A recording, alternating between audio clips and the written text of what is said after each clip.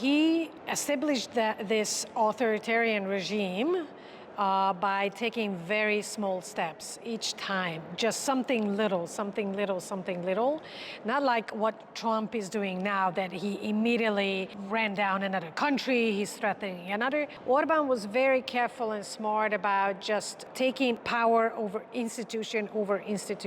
So first, he demolished the independence of the Constitutional Court. Then he named his friend as chief prosecutor. Then he again named his other friend as president. So all the checks and balances were destroyed, step by step, that people hardly noticed. And by the time we woke up from this kind of nightmare, we realized that a lot more damage had been done than we had thought.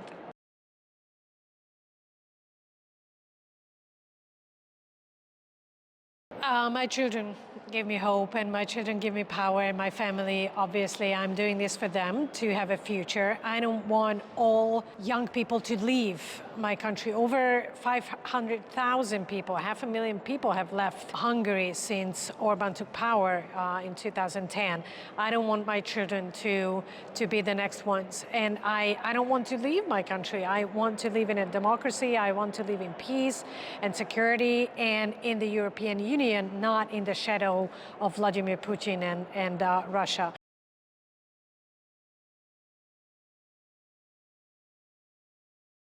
Coping with the secret services is difficult, but not impossible. I decided not to be afraid, very consciously. Part of the reason they were following me is to give me fear and to scare me. Another part was that they were really trying to find something on me. They were spying on me. And I was confident because I knew that I was not corrupt, I didn't have secret lovers, I was not using drugs, so there's nothing they can find about me. So I was sleeping well through the night. And the other one is just I took humor. When I saw a car following me, I just went in a roundabout and I took a couple turns and I waved them because I knew that they could not follow me in this. So I used a little humor and sort of tried to make fun of them in this sense.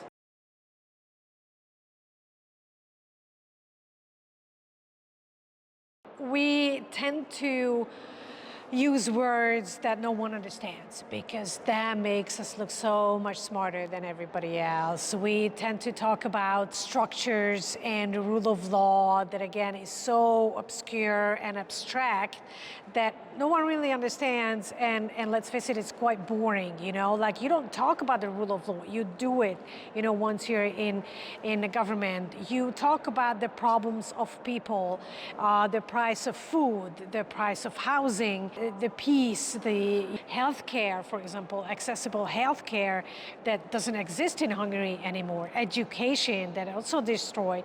These people understand. If we tend to talk to each other and compete in who is smarter in their communication, we lose.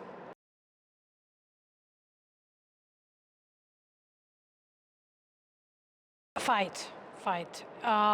Because democracy is what you were used to.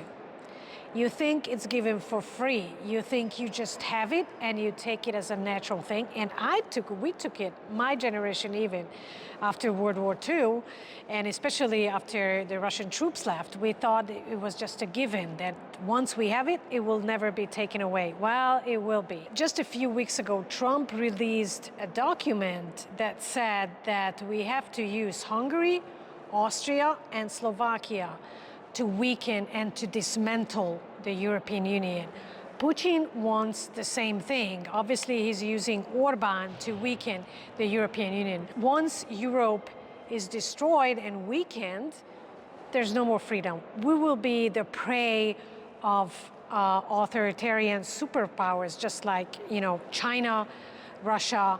We'll lose the freedom that you think you have. Just think about the world without internet, without free travel to other countries, without even like the music that you want to listen to, without meeting your friends freely. This is what democracy is. It's not institutions, it's your personal life that you will lose. And also, as a Green, and I'm a pacifist, you as young people have to rethink the way you fight peacefully. You cannot just have a demonstration and go home anymore, because these dictators, they know. They said, oh, they'll get bored, just let them demonstrate. They'll get bored. I think it's time to get more aggressive in your demonstrations. And I'm not saying violent, but fight for sure.